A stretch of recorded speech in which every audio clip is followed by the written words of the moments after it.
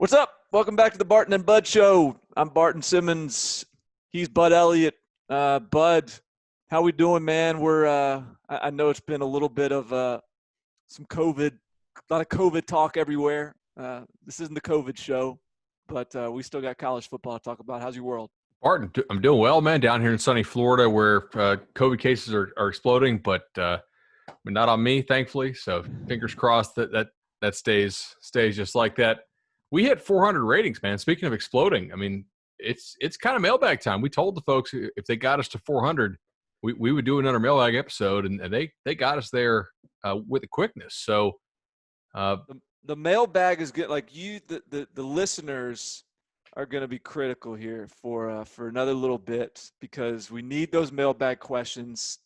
Tell us what you want to talk about, what you want to hear, because it won't be long. We only have to hold out for a little bit longer. Then we can get into just full on preseason overdrive. But as things stand today, we've probably got another month or so where the mailbag's necessary. So keep it rolling. Keep bringing the questions, and we'll keep on digging in. You know, as a reminder too, like once we for sure know the season's going to start on time, like the quality, the standard you're going to have to pass to get in our mailbag, it's going to go up, man. Like you guys are really going to have to think about these questions. You're going to have to bring it in that Apple Podcast reviews section, which is where we love when you drop those podcast questions for us, along with those sweet 5-star ratings.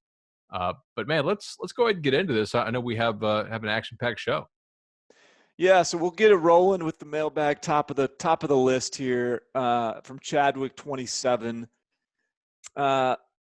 So let's see. This got me thinking. He said the South obviously has national championship caliber players in its backyard, but so does the Pac-12. See other Power 5 conferences rating California, Washington, and Arizona for talent. It's not out of the question for the Pac-12 to win another championship this next decade. So my question is this: who wins a national championship first, the Pac-12 or a non-Clemson ACC school? Bud?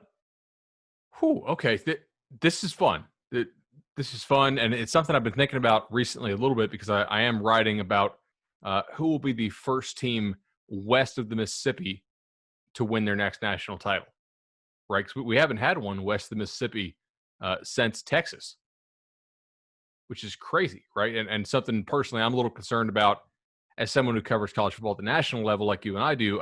I really like it if everybody in this country cares about college football. Advertisers out there don't like if only a small region of the country cares about your sport. So we need some of these Pac-12 teams to really start stepping up and some non-Clemson ACC teams. So in breaking this down, I think you kind of have to look at it as is there anybody in the ACC right now who has a reasonable shot to win it within the next year or two? So, all right. Does anyone in the Pac-12 have a reasonable shot to win in the next year or two?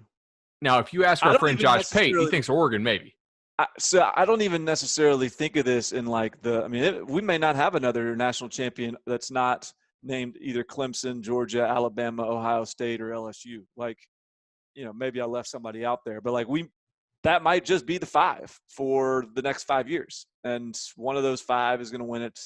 Maybe I don't know. You could, there's certainly a couple other schools that are nipping at the heels of that crew, but that might just be the 5. So I'm thinking I'm not necessarily looking at it from all right, who's positioned to contend in the next 2 or 3 years. I'm thinking also in terms of just what, I attack it this way. Here's my answer. I think is the Pac-12.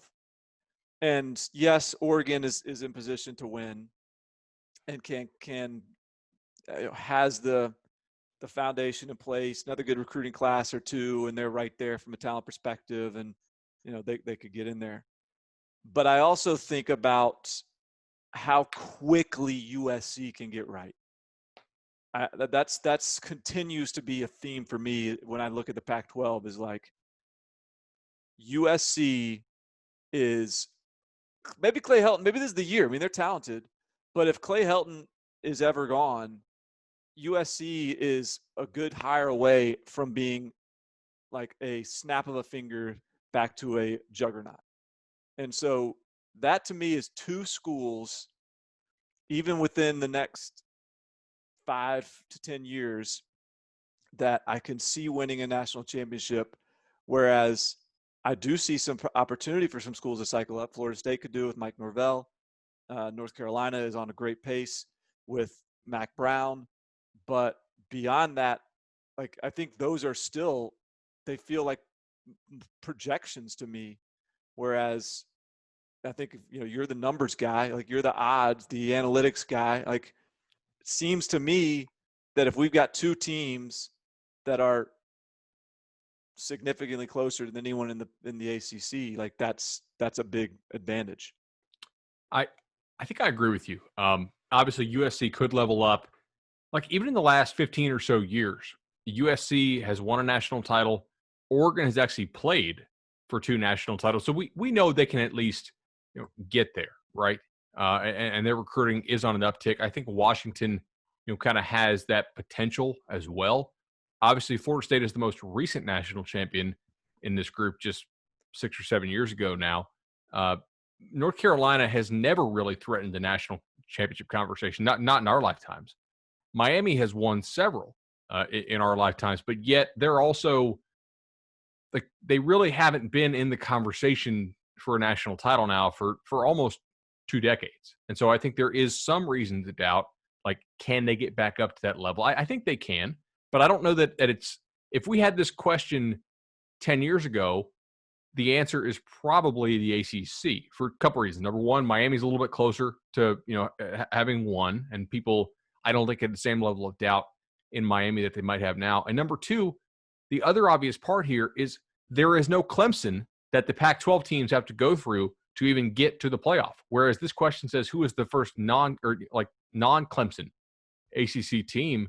Like even if you get up to that level, in order to pick the ACC here, I think you almost Right. have to assume a drop-off from Clemson, which I'm not really ready to assume right now because I don't think Dabo Swinney is going anywhere. This is a really good question. Is it a slam dunk Pac-12 answer? Probably not, but I think the Pac-12 for those reasons is the right pick here. Yeah, I mean, I think that's the key point there too. Whoever cycles up in the Pac-12 to be the best national title contender is the best Pac-12 candidate. Whereas Right. whoever cycles up in the ACC to be a national title contender is still the second best candidate in the ACC, more than likely. Like, doesn't seem to be anything slowing down at Clemson. So that makes it a little tougher to get out of that conference. But this will be an interesting year for the Pac-12. Can Oregon continue this trend? Can anyone else, whether it be Arizona State or Cal or I don't know who you would categorize as a potential sort of next tier down sort of program to take those steps, but I still think USC is their light switch, man. Like if someone turns on that light, I still think that thing it can get absolutely cooking quick. I mean, look how well USC is recruiting right now after keeping Clay Helton, who a lot of people think's a lame duck, right? And who knows what happens now with the whole buyout situation and USC's money situation and COVID, which obviously impacts the economy a whole lot. But like they're recruiting extremely well after hiring just a couple like awesome recruiters.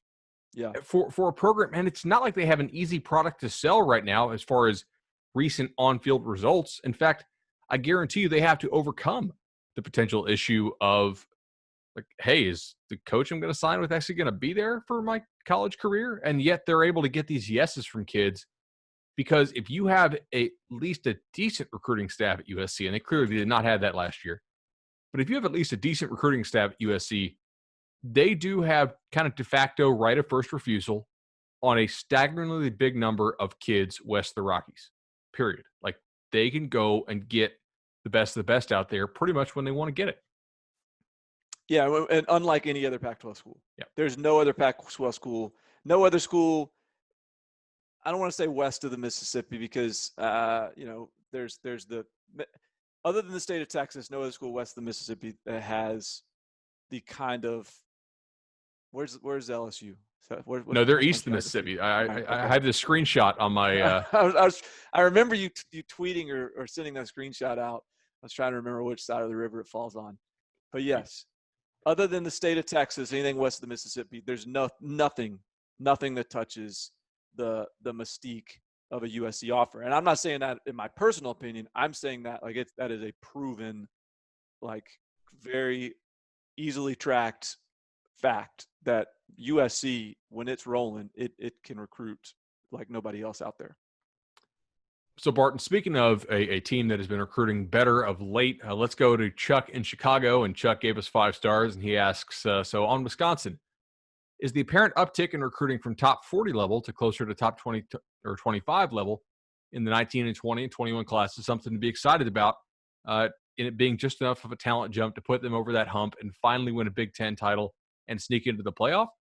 Or is it just something that you touched on a bit where maybe in the past decade, their typical type quality recruits have been ones consistently sliding under the radar, and this uptick is more a matter of they were always recruiting around top 20 level, and now these classes are just being properly rated and recognized. That's an interesting one from Chuck. If you are Chuck in Chicago, if you want to play for national titles at Clemson, you need to get Russell Wilson back in there. Like get it. Yes, top 25 classes are great, but this is sort of this is a reoccurring theme here that we've talked about is that gets you, in the club, but you're not going to get you in the VIP section. Like you still have to have the elite talent to win national championships to play on that level, unless you get a Russell Wilson, unless you get a Justin Fields and a Trevor Lawrence, whatever, Trey Lance. Get one of those guys, and then you can have that kind of year with a top 20 roster. But no, I don't. I'm not in any hurry to start predicting Wisconsin playing in the playoffs, because Wisconsin has to beat Ohio State, or Penn State or Michigan, who are all, I think, more talented programs right now. So Wisconsin's awesome. Like they recruit well enough. They're consistent. You can trust the product every year, but and I'm not even saying like they don't do a good enough job on the recruiting trail, because that's also kind of that's a tricky place to recruit to. There's good players in Wisconsin, but there's not a ton of depth. That sort of goes without saying. So they do a great job of being resourceful, but I don't think that this relative cycle up is indicative of playoffs. Barton, I think you bring up an interesting point, though. With the way they're recruiting now, if they got a Russell Wilson, they could give Ohio State a run for its money, or Penn State or Michigan. I think to Chuck's point, if they were still recruiting in the 40s, given that Ohio State has just absolutely shifted its recruiting into hyperdrive, like would a Russell Wilson matter for them if they were still recruiting in the 40s? Like I think I would still pick Ohio State over them. If you get to that top 20, 25 level, that's clearly not enough to beat Ohio State. But if you do that plus a Russell Wilson, that might be enough for you to take down an Ohio State and get to the playoffs. So I don't think it's meaningless, but Except certainly Ohio it's not State enough. the problem is Ohio State has their own Russell Wilson, And he's actually tall. and he's and he's a tank, and he's got a big, so that's the problem right now in college football. If you're not one of the dudes, if you're not one of the 5, then those teams have that talent plus the quarterback, because it didn't used to be like that necessarily. I think, and if we're picking stocks, right?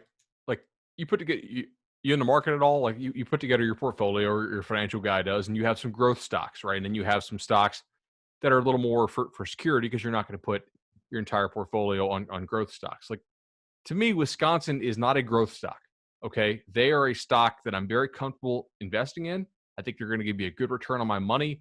They're not going to make me rich next year, but I'm also pretty sure they're not just going to crumble, and the thing is, if your team has been at that kind of good, consistent level for a while, you sort of get like the Glen Mason, Minnesota problem.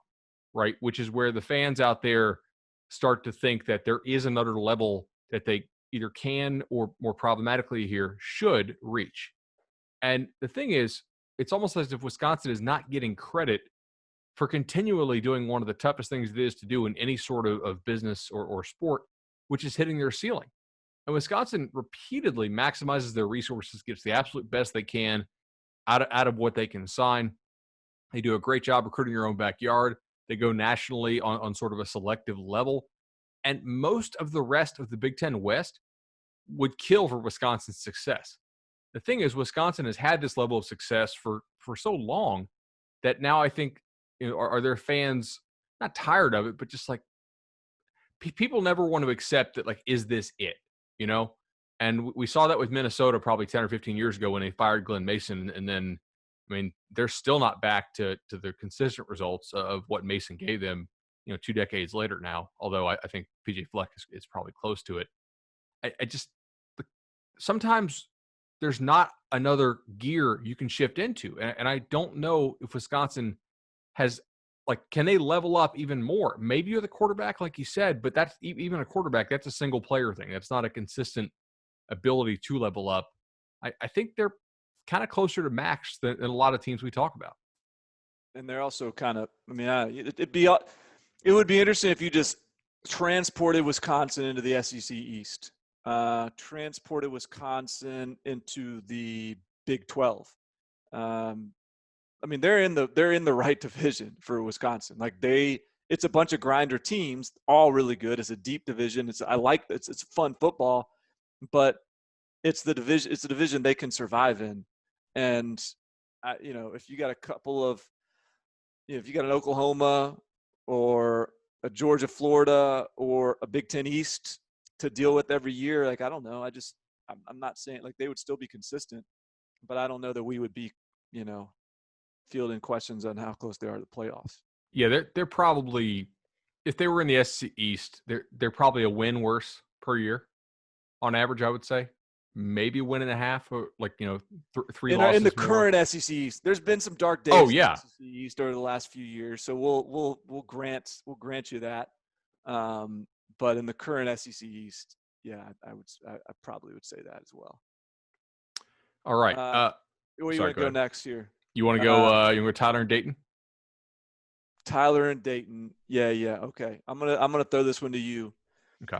All right. Hey guys, wanted to first say I love listening to the show and really enjoy getting my college football kick right now with the lack of sports going on in the world. My question for you guys is, if you were to reconfigure one of the Power 5 conferences like you could in NCAA 14, the video game, what conference would you choose and what would it look like? For example, I'd choose the Big Ten, with myself being a Penn State fan, and I would remove Maryland and Rutgers and add Notre Dame and Pitt.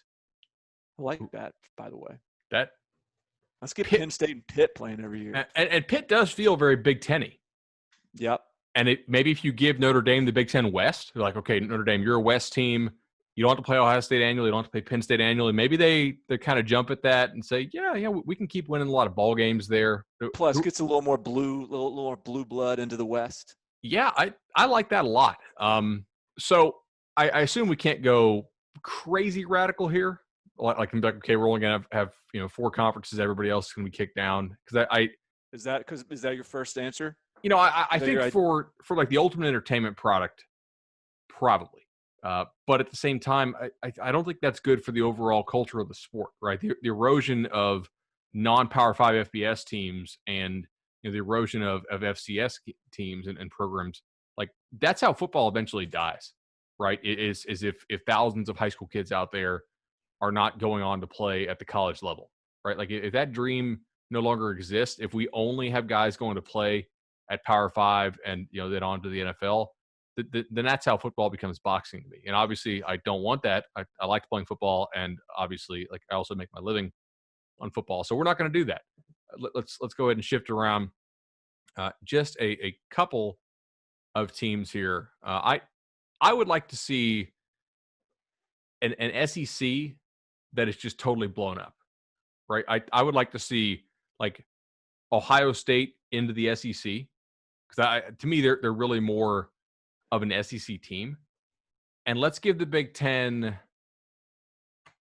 Shit, I can't give them Tennessee. Like let's give the Big Ten Missouri. But then if we do that, like the Big Ten's not going to accept that trade, right? Like there's no way. So you're I that you would totally off the radar here. it's half baked as Ohio hell. State to the Yeah. SEC. Well, I just think Ohio State, like to me, they're an SEC team. All right, but They operate differently than everybody else. Are we still going to have Ohio State, Michigan? See, that's the thing. My idea doesn't really work. I had kind of something planned out in my head, but I was like, I don't really want to do that. I actually think you could probably take – so the guy who sent in the question here, Tyler in Dayton, he's got an interesting suggestion here, and I would actually probably go and like, can you relegate Illinois and a couple of other schools in the Big Ten who nobody really watches and give them Virginia Tech and Virginia and Pitt and Notre Dame? And so, maybe, like, yeah, I think you can do it. I've actually never played NCAA 14. Not that I haven't played the NCAA video game, but this whole rearranging. I haven't done. Yeah, me neither. Like I don't know what that exercise looks like in the video game. So I don't know whether there's restrictions on this or not. But to like the schools that jump out to me, because I still think things should be pretty regional. I still think like I got West Virginia in the Big 12 is just like, what are we doing here? Let's get them in the ACC where they belong. Things like that. I'm not really vibing with. So the two schools that I think would fit in a different conference to me are Florida State and Virginia Tech. Weren't they both kind of on the table in some of the conference realignment talk last time? Those two to me are SEC schools. Football is the thing. The fan base is rabid. The environment is consistent with the SEC. The football is at a high level. Get them in the East and get rid of Vanderbilt and send Vanderbilt to the ACC. Send Missouri to the I don't know. Missouri can. Big 12. Send Missouri to Big 12, where Missouri belongs to. I think that would balance the powers out a little bit between East and the West, and I think it would be a fit. Now, granted, it would make the ACC that much weaker, but I think from just in the standpoint of just making the SEC what the SEC, feeling like all the teams are on the kind of equal footing, aligned, those two would be fun to have in the SEC. If you did that too, you could actually balance out some of the SEC.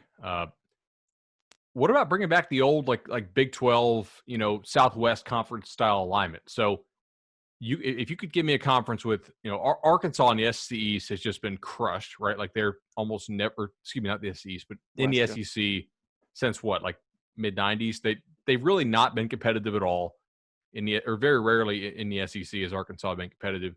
So, like, give me Arkansas, Baylor, Oklahoma State, Texas A&M, TCU, Texas Tech. I think I would also throw in Houston, just to get another big media market there, and like they've been a pretty good G5 team for a while, and maybe go and get me back Nebraska. Nebraska needs to be in the Big 12. Yeah, I mean, come on, what are we doing here? I mean. Give me back the old Southwest Conference. Give me back all the cheating that like they were just blatant about. I just saw the retweet of that video today with Eric Dickerson saying they called it the Trans A&M, the Trans Am he got in the Pony Express video, which is great. But like that, I don't know, man. A&M, does it really feel like an SC school to you still? I in some ways yes, but like in some ways it's still kind of. I kind of enjoy having A&M in the SEC though, like just having that like Texas crazy in there, like with just add. You got the SEC crazy, like the football fanatic, just bonkers fan bases, and then you got to add a little dab of like Texas vibe to it as well. That's its own kind of crazy. I think it kind of fits. So yeah, I mean A&M fits the Big 12 too, but I've sort of I kind of like the vibe they add to the conference too. Is there any G5 team that you'd want to elevate to P5? I think it might be kind of cool to see, like, like if, let's just say, the Big 12 is looking to expand, like you said, go, Houston. I think it could be kind of cool to see like a Memphis in the Big 12. Perfect. Yeah. Memphis is a cool town. It's a that city that city likes, like, they're into their football program. They're into their sports. They've had really good basketball teams. They got talent there. You get you get a little touch of Louisiana, Mississippi, Alabama into your recruiting base. I think Memphis could. I think it could operate as a Power 5 program, and I think that if the Big 12 are going to expand, I might go Memphis over. I don't know, over some of the other Power 5. Or, Well, I'm sorry. certainly, if you couldn't get Arkansas back, getting Memphis would make a lot of sense. You probably couldn't get them both. Yeah. I mean, just with how close they are, proximity wise. Yeah. That's a cool question. That's something we also might need to revisit because my answer was kind of crap. So I put you on the spot for it. I had time to think through it. Oh man, no doubt. So fresh cut 100. I'll throw this one to you, and then I guess I'll answer it too.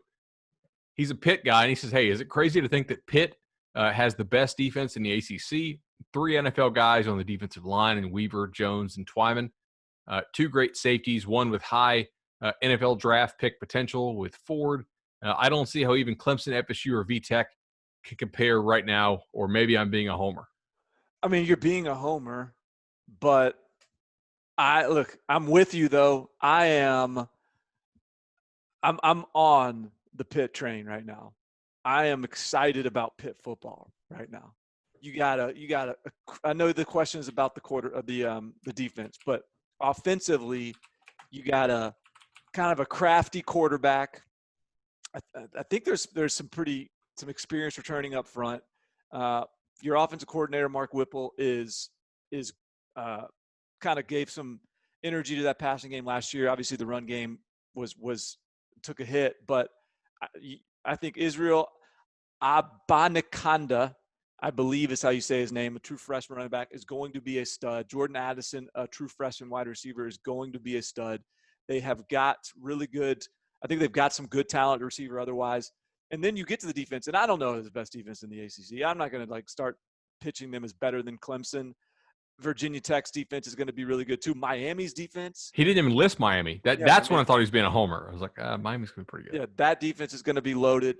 But I'm not saying that the question is out of line because the defensive line, you're right. They come at you in waves. It's not just the starters that are good.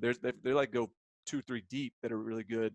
The DBs are high quality, and I think that the thing that's encouraging to me is we saw last year, Pitt was let me pull it up. I don't know if you have so Pat Narduzzi has been there for, I don't know, like 3 or 4 years, right? Yeah, it's. I mean, I got it pulled up here. He's been there a minute. So He's been there since 15. 4, 5. This will be his 6th year. All right. So last year he was year 5, and it felt like the first year was really a Narduzzi defense. And I know that they've been good before that, but they were among the most disruptive in the country. The DBs were really good. They could really it felt like they could really flex and do what they wanted to defensively. I think that, the defense, as good as it was last year, is going to be better, I would think. And I just think as we continue to hunker down into the Narduzzi regime, I think especially now that he has an offensive coordinator, who I think is actually good, I think there's every reason to think Pitt, if you're looking for the non-Clemson sort of team to watch in the ACC, Virginia Tech's kind of being a little bit of a trendy pick. North Carolina 100% has been a trendy pick. We saw Virginia cycle up last year. Miami, we talked about, is got a talented defense. The Florida State, when is that going to circle back around to being a really good team? They certainly have some pieces. I don't know that Pitt is going to get talked about as much as some of the others, but I really do think Pitt has as good a chance as anyone in the ACC to be that next team behind Clemson. Like I think this could be a really good team. Like this is one of the main reasons why I'm not buying UNC this year, right? I'm working on a piece about like, can the teams who leveled up last year like level up another level this year? And a lot of times, shout out to my buddy Bill Connolly, he has this kind of idea like sometimes you level up and then you have a bit of a consolidation of gains year, if you will, right? Like, hey, let's just maintain this newfound level for a year before we level up again. Not that's your intent, but obviously like that's kind of how patterns tend to work more often than not. And like this team is gonna be a pain to block, man. Like they're really good up front. Like he said, they do have a nice secondary. I don't like. Is Paris Ford going to be that high of a draft pick? Like, do you think he's gonna test well and be like an amazing cover guy?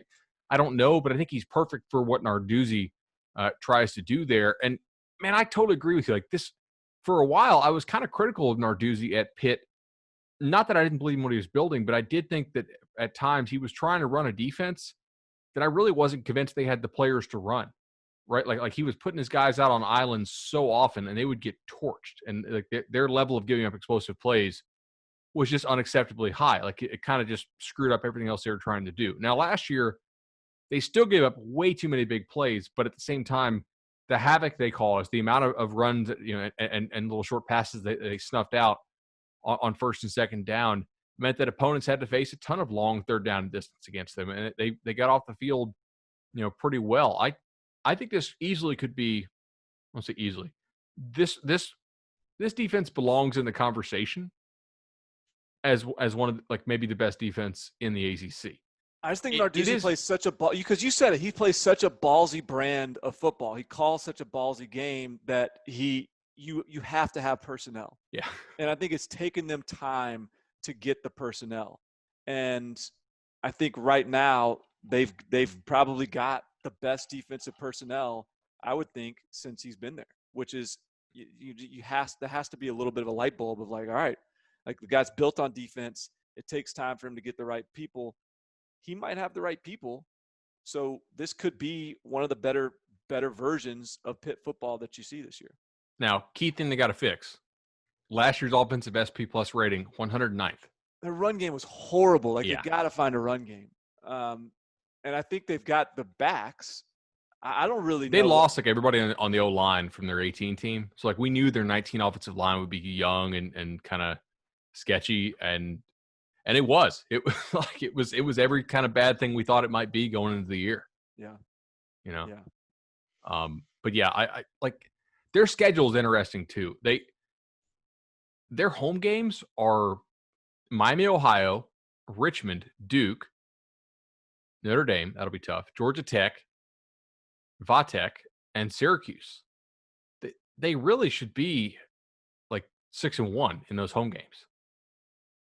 The question is, can they win their roadies? They got to go to Miami, they got to go to Florida State, they got to go to UNC.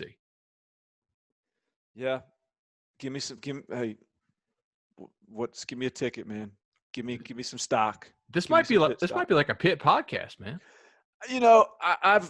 This is there's a few teams every year that I get a little bit I get a little bit seduced by. I'm getting pretty close to letting Pitt seduce me.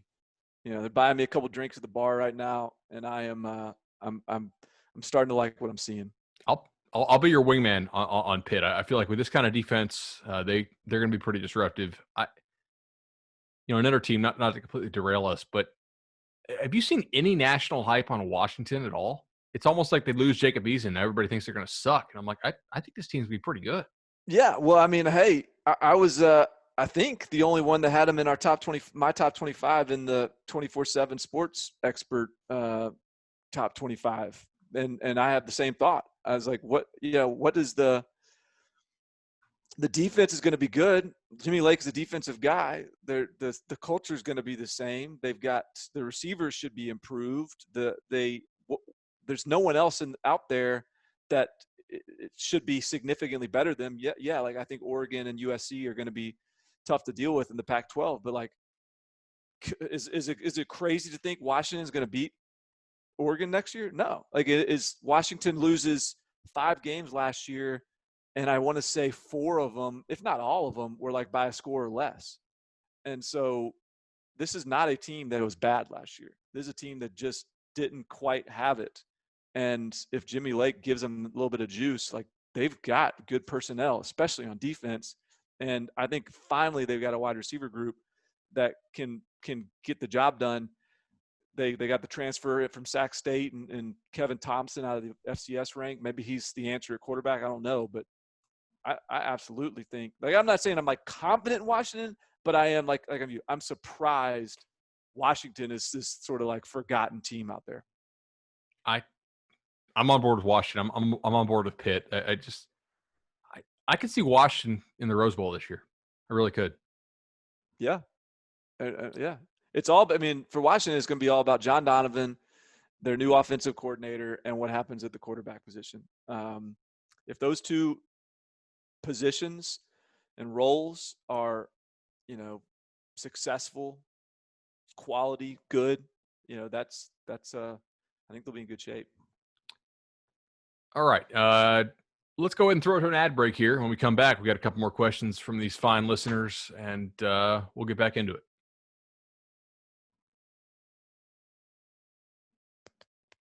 All right, we're back. Barton, go ahead and hit us with that question from Trav 1989. Trav 1989. Does that mean that he's 31 years old? I feel old, man. Great pod for in-depth national covers. Thanks, Trav. I love the detail they get into about not only recruiting, but the overall state of the program across the country. Great details on what is really going on in college football. Question: do you see any schools being handicapped by their location, i.e. a Hawaii? Yes, it's a Hawaii, and people want to go, but that time difference is a killer, along with the long flights for every game. Or a Nebraska located in the midst of the Midwest with no attraction other than NU sports. Well, I know we said this would be a no like a no COVID podcast, but like Nebraska has like 0 COVID right now, so like that's attractive. Clearly, I mean, like if you can kind of get some recruiting graphics made up, it's attractive. It isn't. The COVID stuff may be nice because no one else can work out. Nebraska's been like basically doing full workouts, all off season because they can, because there's nothing else.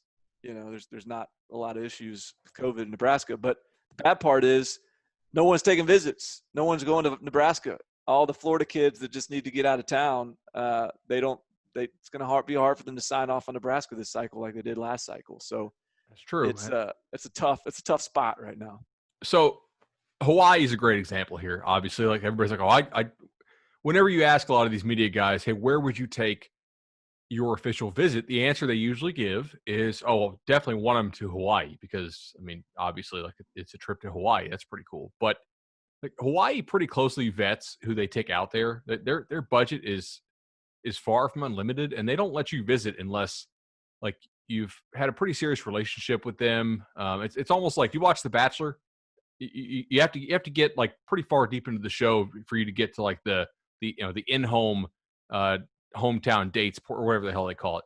Like with Hawaii, you can't just go out there and visit just because you want to. And usually, like even if you're a 5-star prospect, Hawaii's not going to say yes to you visiting unless they really think you have like a legitimate interest in signing with them, which most kids don't. So I agree, Hawaii is definitely a good example. Nebraska is a good example. Honestly, man, like there's not a whole lot of good football played at the high school level in Boise, Idaho. And I think they're a team that's handicapped by their location, but they still do a pretty good job of overcoming it through recruiting some, kind of underrepresented parts of California and some high schools out there. That's one I would point to. Another one I would point to is a school we already mentioned on this show, but Virginia Tech is, I don't know if you've ever been to Blacksburg, but that is in the middle of nowhere, man. Like it's not close to anything. It's a pain in the ass to get to. Like Vatech is a school that I think, because they've had so much success in the last 30 years, we don't really think of them as being handicapped by location, but like Vatech's pretty remote, man. How about Lubbock? Yeah, Texas Tech, it is as close to Albuquerque as it is to Dallas. That's out there. That's a tough spot to get to. The one that I think is interesting is Syracuse. Like that used to be a pretty good program, and it's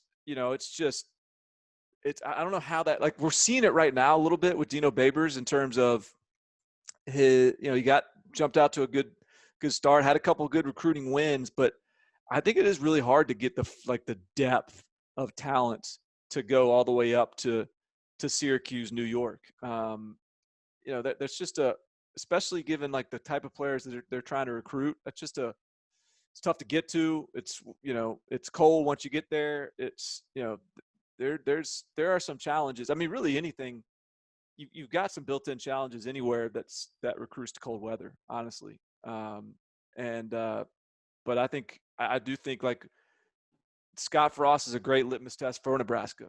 Like, is there enough of a draw just for the tradition of the program to get really good players there, or is it just going to have to settle back into, grind it out like Big Ten West kind of football, like you see at Iowa and Wisconsin and some of these other places? that's a really good one too. I agree with you on that. And then one school who used to play Syracuse quite often, a former conference mate, West Virginia, is really not near a whole lot as far as getting players, especially because they try to recruit Florida, they try to recruit the South a good bit, and that's a school that I think, like, there's a couple schools who took the check, and there's good and bad with the check, right? Like Maryland, they took the check, and now they're in a basketball league in the Big Ten that like none of their fans really like, and they don't have any of their traditional football rivalries anymore, but they took the check. The Mountaineers, they took the check, right? They secured their financial future, their football program. They got out of the old Big East, but like, what's their nearest home game for WVU? I mean, is it Iowa State? Yeah, I don't know. I don't know the geography of that, but I yeah, mean, it I'm doesn't looking make at much this. It might sense. might be. I think it's Iowa State, man. Like there's no bus trips for them. Like they're flying to every game and probably taking connecting flights to quite a few of these. Yeah, I mean, it that's it'll crazy. be interesting to see whether the COVID stuff creates an environment. We were talking about this a little bit, where teams have to sort of alter their schedule a little bit, keep everything close to home. Wonder if there's a lasting impact on that in terms of what conferences realignment looks like, what the financial structure looks like, things like that. So we're in some times where we might see the instigation of a little bit of this type of stuff. Um, all right, Valhalla 24. How do teams decide which coach recruits which player? Do coaches recruit their position, divide by area? Do the best recruiters simply go after the top guys? Awesome podcast. Go Vols. Man, a good question, because Tennessee is recruiting, it seems like, every single player out there. So I will say that each team is different, but as far as I know, most of them have kind of a general framework, and that is within their regions, each coach is going to have, and their regions just like generally defining, areas around the program. Each coach is going to have a region he recruits.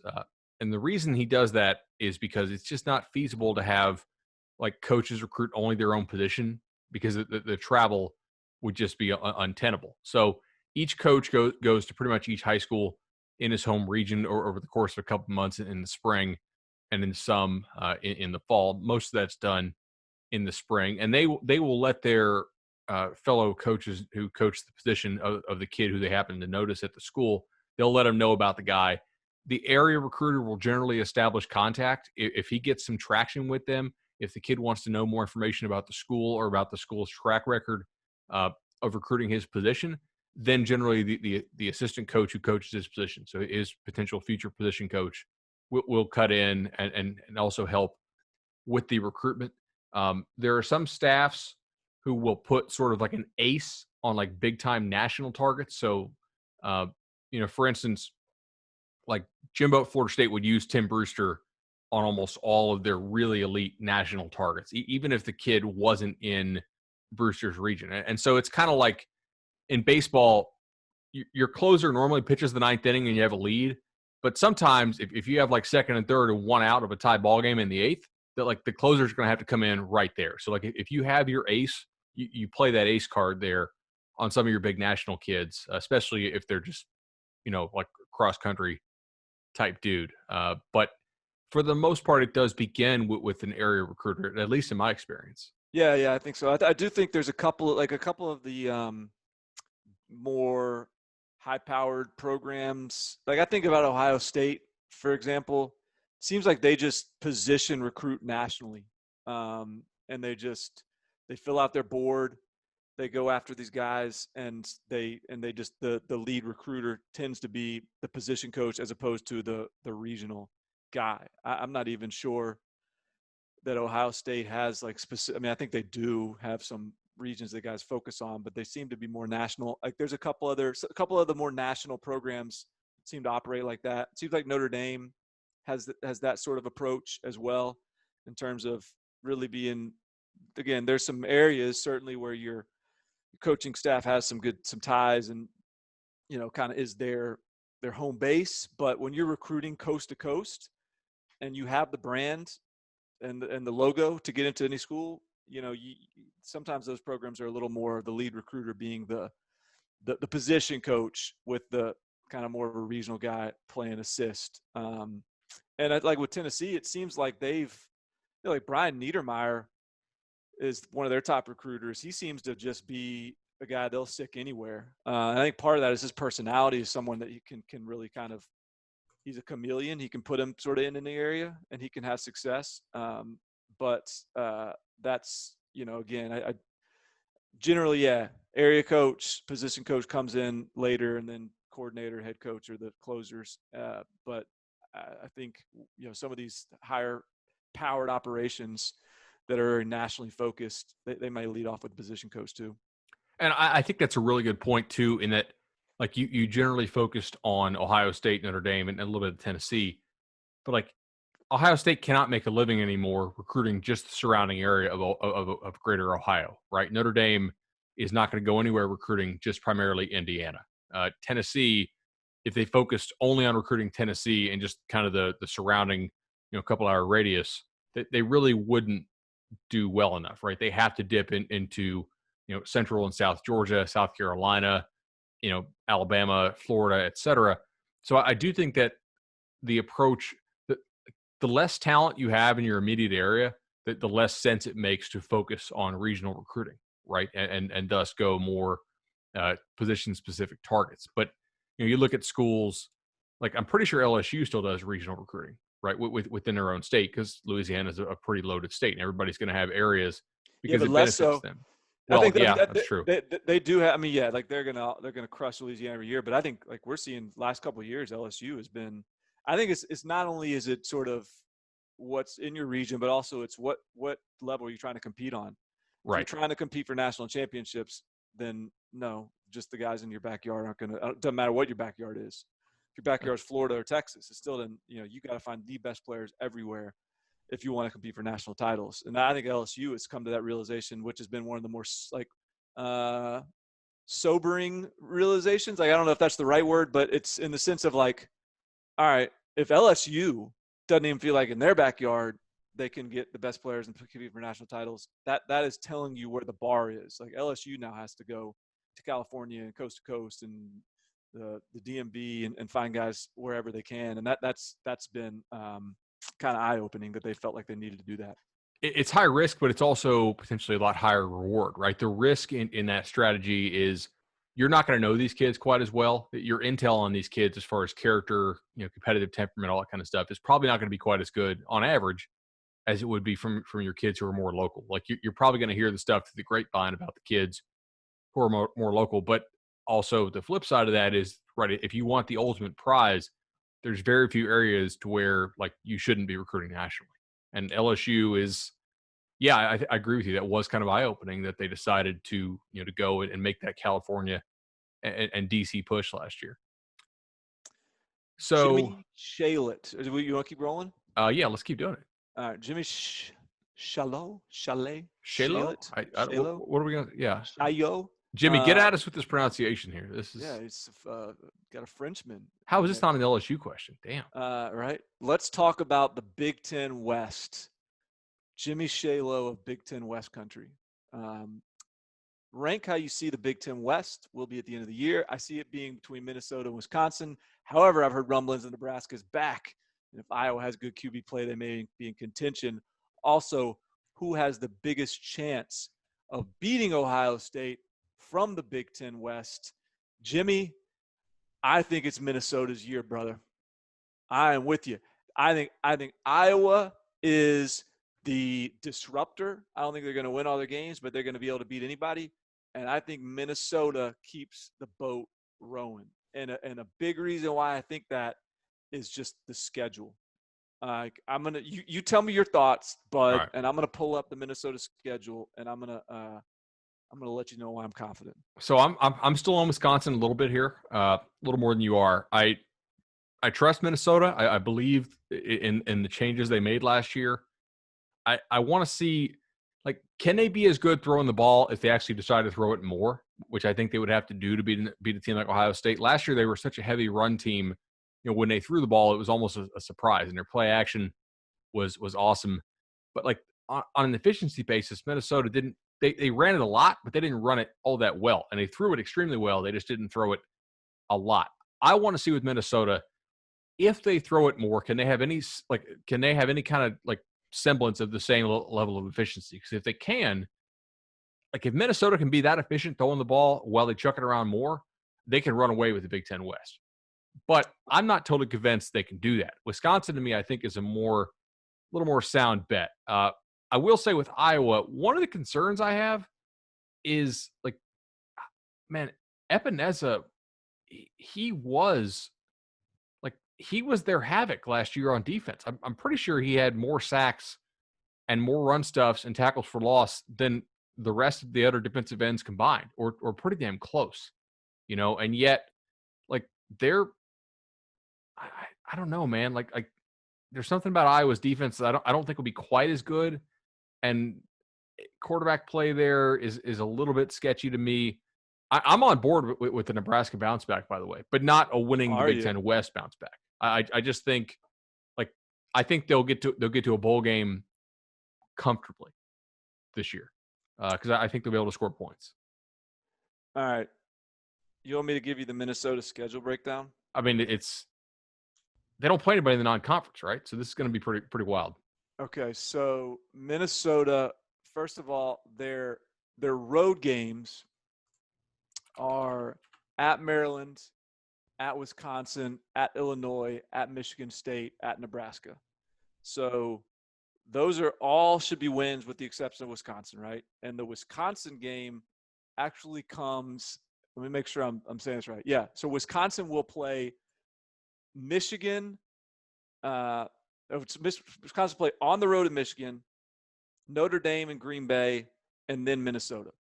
So that's going to be back-to-back weeks of pretty grinded out games, and then they play Minnesota at home. The home schedule for Minnesota is FAU, Tennessee Tech, Iowa, BYU, Michigan, Purdue, Northwestern. So, it's just like which road game other than that Wisconsin one where they're going to be kind of beat up heading into it is scary. None of them. Maybe at Nebraska at the end of the year. We'll see what Nebraska looks like. And then the home games, you got Michigan. I'm not taking anything away from Michigan, but other than that, I mean, which games are they not going to be favored in? I just think part of it is, their non-conference schedule sucks. I mean, BYU is, I'm not saying they're not a decent team, but like that's a team Minnesota will be favored over. And when you look at some of the other schedules in the Big Ten West, when the margins are thin and you got some really good players coming back and you have the best quarterback in the Big Ten West, there's lots of like about Minnesota continuing to have some success in that division. There is. But yet I'm swayed, but I'm not convinced. All right. I'm giving respect to the Minnesota position But here's the thing. If Minnesota gets that win, or excuse me, if Wisconsin gets that win over Minnesota, then Wisconsin's got to lose twice, and Minnesota's got to run the table in their other games in order to win that division. And I'm about to give you Wisconsin's Big Ten schedule. You ready? Okay. All right. They host Indiana to open the year. They're at Michigan. That'll be a toughie. Obviously, we already talked about they host And Minnesota. Indiana's going to be a tough one too. They are. I'm just telling you, Indiana. It's good. Put Indiana on my that's another school I'm flirting with at the bar. I'm kind of flirting with them. I wonder like what do they look like 5 and 10 years from now, right? Are they a projectable date potentially, or are they just really hot right now? Which, hey, for 2020 season, that's all we're focusing on. That's all we're talking about, right? Yeah. All right. So at Maryland, host Illinois, at Northwestern, at Purdue, host Nebraska, at Iowa. I don't know if I see 2 Big Ten losses in there if this team is good enough to beat Minnesota. So if they beat Minnesota, then they where got the tiebreak. Where could the right? I'm just saying. So where would the other two? Where would the 2 losses then come from? Most likely at Michigan, I think. So Michigan, right? And then probably you either drop one at Iowa or you slip up like at Northwestern. But the thing is, like Northwestern, you're not in any kind of weird sandwich spot there, right? Like you just played Illinois the week before, you got Purdue the week following. It's not like they're going to overlook them. I don't think. Here's my prediction: the Big Ten West is going to be wild because I don't want to say this in a defense of Minnesota because they have the same teams on their schedule, but I'm telling you, Iowa's going to clip somebody, and Northwestern is going to beat somebody too. And if Nebraska is like enough, like surely Scott Frost has got, a come up in him somewhere in this Nebraska tenure. And I know Northwestern is like a pushover game that everyone looks at on their schedule. I really do think Northwestern is going to be a very competitive team this year. I agree. So when all these teams like aren't that much better than each other, and then you got like Rondale Moore over at Purdue, that's good. He's good to catch a couple teams as well. I just think this is going to be like kind of a bananas Big Ten West season. And so in that sense, like, yeah, like maybe even my like schedule analysis of Minnesota is a futile enterprise because Minnesota, like, it's just like everyone else. Toss them in the hat and like, or send them into the Royal Rumble and just sort of see who survives it. But I think all these teams can beat each other for the most part. So you know what school I'm not real high on this year in the Big Ten West? It's Illinois. Yeah, but you could even make a case that Illinois has, like, Illinois. This is like they returned their quarterback and Brandon Peters. They have last year was the first year Lovie Smith really put together a good defense. It was one of the most disruptive defenses in the Big Ten, and that unit now is all like that defensive group is all upperclassmen now, veterans, most of which got absolutely thrown into the fire as true freshmen 3 years ago. And so, and also this is year 2 of a competent offense, like with a new offensive coordinator. There was a couple of really good true freshmen that were hurt last year. The Beeson kid was supposed to be a stud. He missed the season. Like, I'm not sitting here, like, I'm not going to like cape up for Illinois all of a sudden, but I am like that. I still think like that's a team when you're just talking about, like, if you're an Illinois fan, like independent of what else is outside of Illinois, but if you are Champaign Charlie and you're sitting there in Champaign, Illinois, and you can't wait for the Illinois season, I promise you, you're optimistic. I promise you think you're going to have a good team, and I think it's defensible. So you might be right, but I'm just saying from the Illinois perspective, there's some things to like. So the only 2 reasons why I'm down on Illinois this year, all right? Number 1, their entire defensive line is gone. All 4 starters are, and that was a team havoc-wise. It was pretty reliant on their D line. So Batiku is gone, went to the NFL. Ayo Shungbonyo. God, I probably butchered that. Apologies, Ayo. Hey, Man, good, that good. was Hey, I respect you for trying. uh he's gone. Jamal Milan's gone. Kirby Joseph also gone. Excuse me, he's a DB. Tamir Oliver also gone. So basically all of their starting defensive linemen, who it looks like all stayed healthy and were very productive, all either went to the NFL or graduated. So that concerns me because I don't think Illinois is a school that recruits well enough to replace those guys. And then the other thing was they were their turnover luck per game was like 10th in the entire nation, which is not really a repeatable skill year to year. Like I'm not one of these turnovers or 100% luck guys, but there's a pretty good luck component in turnovers. And Illinois was extremely turnover dependent last year. And I think the lack of havoc up front they might have this year has been a little bit kind of down on them. Uh, That's but fair. maybe they're offensively better. I mean, that's fair. I mean, like you can look at it two ways. Like finally, like Lovie Smith, who is a turnover, he's like a that's one of his characteristics is like the ability to generate turnovers, and they weren't really doing it until last year. So you can look at it as like they finally started doing it, or you can look at it like, well, they did it. The regression to the mean is not going to be pretty this year. So you can spin it however you want to spin it, but I do think there are some, there's a fighting chance there. Are we going? We going one more? Or you want? Uh, Or what do we got? Uh, we what we got got DQ in here? Iowa. He wants to Go know for it. about like what's the minimum number of games for you to make the playoff or conference champ if teams play an unequal number of games. I actually don't know the answer to that. So Let's dig into that next time. yeah. All Well, right. we'll do a little thinking on that one. Cool. I'm going to flag that, and we're going to put ask Marcelo because he might know. He talks to those guys all day. You want to talk? You want to hit Scabber 11 and then get out of here? Sure. All right. So Scabber 11 asks, "Hey, awesome job covering recruiting and everything else. Love the details you go into about various topics. My question would be: in today's spread crazy college football, would you rather have A+ defensive line with a B- back end, like safety nickel DB, or an A+ back end with a B- defensive line?" Huh. Do you have an immediate answer to this as I think about it? I used to think for sure, give me the D line, Right. but now I just think your ability, like, to play man coverage against the RPO stuff and play it well is a really big advantage, and the teams that can best do that, uh, like that takes away. It's not an RPO killer, but it makes some of these RPO teams slow down a little bit. They have to run different stuff, maybe some stuff they're not quite as comfortable with. Uh, like if you have DBs that don't win one on one, I mean, I know you're saying it would be an A+ front line, but I think I would slightly lean to having the DBs. Yeah. I think I would too. And I'm surprised to hear myself say that only because, like you said, that would be, we've been programmed to say defensive line for so long.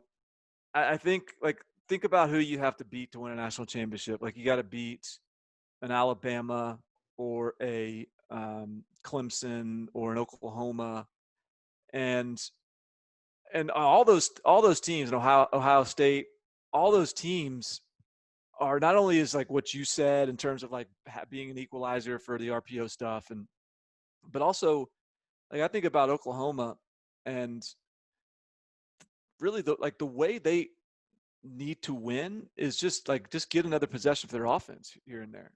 Like where are you going to steal possessions in in in in football? Like in those big time games is probably on the back end. I'm not saying you can't steal a possession with big time plays from your front four, but if you can create turnovers with your secondary, if you can pick the ball off, if you can play the ball in the air at a really high level, I think that is a way to alter games right now at the highest level, and that's ultimately kind of what it's about a little bit, is just finding ways to get more possessions in this like offense friendly world we're living in. So I lean A+ back end, B- defensive line. I hope I got at least one really good pass rusher in that D line though. That would be That wouldn't be good if I didn't. Yeah, I don't want the A+ back in with just one elite run stopper at D tackle. Like I really think, something that I think is changing in this game is the importance we're putting on interior pass rush as opposed to run stopping ability. I mean, we don't see a whole lot of 5-star D tackle types anymore who are just like a dominant 2-gap nose types. Like those guys, they're just not as valuable now. I mean, who is the guy at not Vince Wilfork, but the dude for the Patriots who was like 370 pounds and he would just stack these double teams all over the place. Remember when the Colts tried to run it in? This would have been like probably, I don't know, 2010, 2011 or something like that. And I've already wiped that clean from God, my memory bank. He swats the running back with like one arm and just Ted Washington. Remember Ted Washington? A guy like that's not as valuable anymore now as he used to be because there are just fewer run plays. Teams are passing the ball more. Man, I don't know, man. At A+ defensive line, like if you told me they were all really, really good pass rushers too, and I could go is good. A+ is really good. Like, am I getting like a souped up version of 2018 Clemson? Because like, probably if that's the case, that's hard to turn down. But I already made my pick. I made my A+ defensive back pick, and now I feel like it was the wrong pick, but I made it. We're stuck with it. We're stuck with all these corners and safeties. Hard to go wrong. Line coach and get these guys motivated up front. Oh man. All right. So if you want to sponsor Barton and Bud, that'd be awesome. Just get at us. We just kind of want to gauge how much interest we might have in that, maybe in a future show. Be pretty cool. Keep hitting us up with those 5-star questions and comments in the Apple Podcast review section, and we'll see y'all next Tuesday.